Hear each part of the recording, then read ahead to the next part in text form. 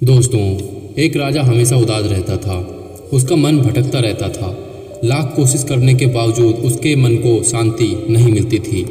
राजा की इस उदासी के कारण उसका मन राजकाज के कार्यों में नहीं लगता था, जिससे राजकाज के कार्य प्रभावित हो रहे थे। राजा के दरबारी व मंत्री भी राजा की इस समस्या का समाधान नहीं कर पा रहे थे। एक बार उसके नगर में एक भिक्षु आया। भिक्षु के ज्ञानपूर्वक उपदेश से राजा बहुत प्रभावित हुआ। उसने भिक्षु से पूछा, मैं राजा हूँ, मेरे पास सब कुछ है, किंतु फिर भी मेरे मन में शांति नहीं है। मुझे क्या करना चाहिए?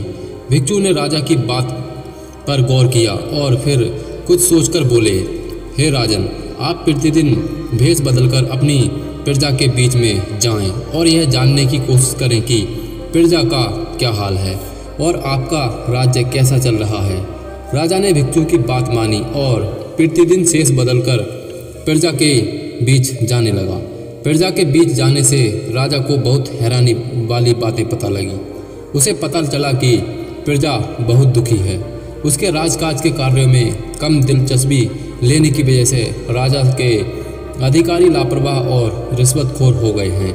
जमाखोरों की वजह से दैनिक कार्यों की मूलभूत वस्तुओं के भाव बढ़ने से महंगाई बढ़ गई है। खिन पानी की समस्या थी तो कहीं स्वास्थ्य सुविधाओं का अभाव था। धनी लोग तथा राजा के रिश्वतखोर अधिकारी मिली भगत से राज्यों की संपदा लूट रहे थे। गरीब व्यक्ति और गरीब होता जा रहा था। प्रजा में राजा के प्रति आक्रोश बढ़ता जा रहा था। किसी भी वक्त प्रजा राजा के खिलाफ विद्रोह कर सकती थी। यह सब जानकार राजा तुरंत सब कुछ भूलकर राजकाज के कार्यों में जुट गया। रिश्वतखोर अधिकारियों को गिरफ्तार कर जेल में डाल दिया गया। जमाखोरों के गोदामों पर छापे मारकर सारा माल जब्त किया गया। राजा ने खुला दरबार लगाकर प्रत्यक्ष रूप से प्रजा की समस्याएं सुननी शुरू कर दी और जितनी जल्दी हो सकता था उन समस्याएं सुननी शुरू कर दी और जितनी जल्दी हो सकता था उन समस्याओं का समाधान करने लगा। प्रजा के मन में राजा के प्रति सम्मान बढ़ने लगा। कुछ दिनों बाद भिक्षु राजा से मिला और पूछा, राजन, आपको कुछ शांति प्राप्त हुई? राजा बोले, मुझे पूर्ण रूप से शांति तो नहीं मिली, किंतु जब से मैंने अपनी प्रजा के दुखों के बारे में जाना है, मैं उनके दुख निवारण में लगा हूँ। इससे मेरे मन को थोड़ी थोड़ी शांति मिल रही है। तब भिक्षु ने समझाया, हे राजन, आपने शांति के मार्ग को खोज लिया है।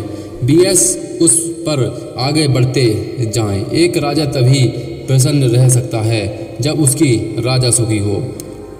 कथा का सारा यह है कि देश के शासकों को आम जनता के दुख तकलीफों को गहराई से जानना चाहिए और उनका निवारण करना चाहिए। अगर आम जनता सुखी होगी तो देश के शासक भी सच्चा सुख अनुभव कर सकेंगे और देश तरक्की की राह पर चलेगा। तो दोस्तों, ये कहानी आपको कैसी लगी हमें कमेंट बॉक्स के माध्यम से ज़रूर बताएं और अच्छी लगी हो तो लाइक और शेयर ज़रूर करें।